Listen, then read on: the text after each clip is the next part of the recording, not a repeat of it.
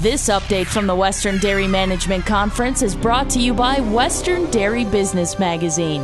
I've sat with producers from all over the country at lunch and breakfast, and the feedback I've gotten has been, it was well worth the trip. There was a group from Wisconsin, and I gave them a bad time.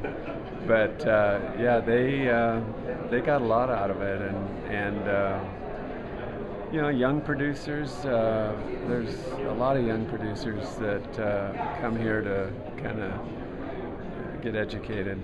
It's been a great conference.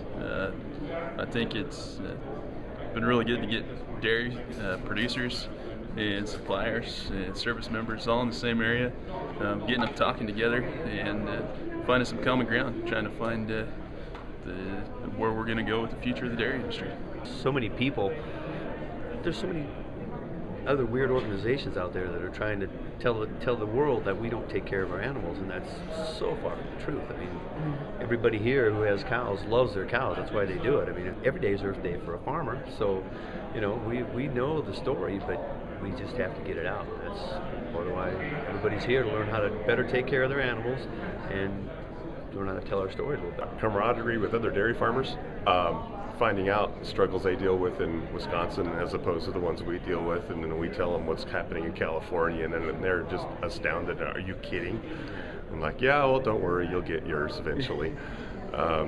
Dealing with water and air, and you struggle with one issue at a time, and now we're dealing with extremely high feed prices, and most of the feed that we feed is imported from other states, and it makes it a little bit difficult, but it's kind of fun to be here to forget a little bit about it and talk about other things and find out how to make your calves bigger and stronger and learn more about the genomes, and I found that fascinating.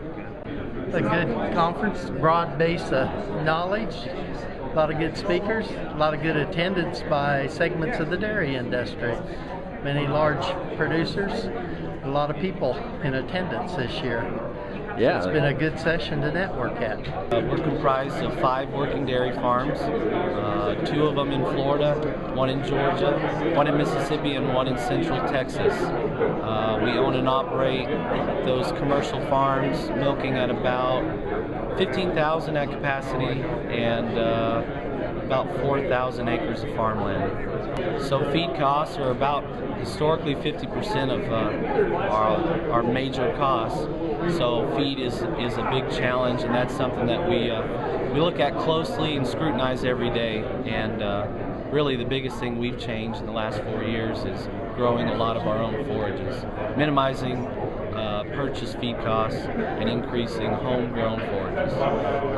Dairy Business Communications is proud to bring updates from the Western Dairy Management Conference in Reno, brought to you by Western Dairy Business Magazine.